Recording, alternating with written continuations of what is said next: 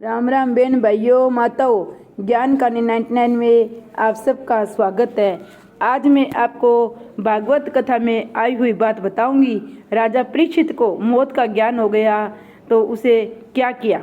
मन के गुलाम मत बनो, मन को गुलाम बनाओ। परीक्षित राजा ने मन को सुधार लिया, अतः उसको सुखदेव जी मिल गए। सब छोड़ने की जरूरत नहीं है। सब छोड़ने की निवृत्ति के समय इंद्रियां बहुत त्रास देती है। संसार में जो लक्ष्य को याद रखता है वही संत है। मनुष्य जीवन का लक्ष्य है परमात्मा से मिलन। जो इस लक्ष्य के लिए प्रतिक्षण सावधान हो वह संत है। आत्मा ये मन की साक्षी है, दृष्टा है। जिसने अपना मन सुधारा है वह संत है।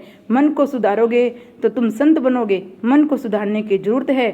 जगत नहीं बिगड़ा है, अपना मन बिगड़ा है। मन पर विश्वास मत करो, मन पर अंकुश रखो। जिस दिन मन शुद्ध है, चरित्र शुद्ध है, ऐसा साक्षी तुम्हारा आत्मा दे तो मानो कि तुम संत हो। मन को सुधरने के अनेक उपाय है जो शास्त्रों में बताए हैं। मन को मृत्यु का भय दिखाओ तो मन सुधरेगा। मृत्यु के स्मरण से मन सुधरता है, मृत्यु को भूलने पर मन बिगड़ता है। परीक्षित राजा ने जब सुना कि 7वें दिन वे मरने वाले हैं, सुनते ही तुरंत उसने विलासी जीवन का अंत आ गया। अविलासी जीवन विरक्त जीवन हुआ है। परीक्षित को मृत्यु का भय लगा तो उसका जीवन सुधरा। मृत्यु का दुख भयंकर है। जीव शरीर छोड़ता है, उसमें हजारों बिच्छू एक साथ डंक मारते हैं, ऐसी वेदना होती है। जन्म दुख है, वृद्धावस्था है, दुख में है, स्त्री दुख रूप है। अंत काल भी बड़ा दुखद है। इसलिए जागो जागो, अंत काल को रोज याद करो, नित्य विचार करो। यदि आज यमदूत मुझे पकड़ने आए तो मैं कहाँ जाऊंगा, नरक में, स्वर्ग में या बैकुंठ में। मृत्यु का निवारण शक्य नहीं है तो फिर पाप किस लिए करते हो। कई एक तो बहुत समझदार बनते हैं, 2 सेर सब्जी लेनी हो तो सारा बाजार घूमते हैं कि क्या लेना है। जिसके विचार करने की जरूरत थी उसका विचार किया नहीं, साग सब्जी का विचार कर रहे हो। मृत्यु को रोज याद करो।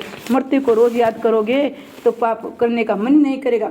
जिस दिन तुम्हारा पाप दूर हो जाएगा तब मान लेना कि तुम संत हो गए। पाप पुण्य के अनेक साक्षी है। सूर्य, चंद्रमा, धरती, वायु, देव सब साक्षी है। मेरे भगवान अनेक सेवक है। तुम जहाँ जाओगे सब देखते हैं। मनुष्य यह मानता है कि मैं पाप करता हूँ, उसे कोई देखता नहीं है।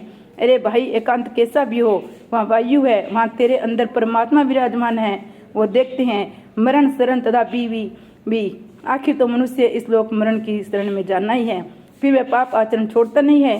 शंकराचार्य जी स्वामी जी कहते हैं, मनुष्य वह जानता है कि एक दिन मरना है, ये सब छोड़कर एक दिन जानना है। ऐसा होने पर भी वह पाप क्यों करता है, मुझे इनका आश्चर्य होता है। इसलिए अपने जीव को बदलो। परीक्षित का अधिकार सिद्ध होने पर सुखदेव जी वहाँ पधारे। सुखदेव जी को आमंत्रण नहीं देना पड़ा। सुखदेव जी को ऐसे नहीं कि किसी ने आमंत्रण पाए। राजा का जीवन बदल गया। सुखदेव जी ने जब ये जाना कि परीक्षित राजा अब राजा नहीं रहे, महर्षि हुए, तो आ गए। राज ऋषि और ऋषि एक है। राजा जब तक महलों में विलासी जीवन बिताता है, सुखदेव जी नहीं आए, परंतु तक्षक के भय से संसार छूटने तुरंत सुखदेव जी पधारे। राजा होता उसमें सुखदेव जी से कथा करने आए होते तो राजा कहते, आप आए, ठीक किया, 1 घंटा कथा करो और विदा लो, मुझे बहुत काम है। परीक्षित राजा को विश्वास था कि 7 दिन के बाद मरना है। हमें तो अपनी ये खबर नहीं है। जीवन पानी का बुलबुला है, पानी के बुलबुले फूटते देर नहीं लगती। इस प्रकार जीवन के अंत में आने में देर नहीं लगेगी। अपने को पाप पुण्य का हिसाब सभी को देना पड़ेगा। ईश्वर अपना हिसाब लेगा तो अपने पाप से बचे और भगवत ज्ञान भगवान में ध्यान लगाए। श्री विष्णु भगवान की जय।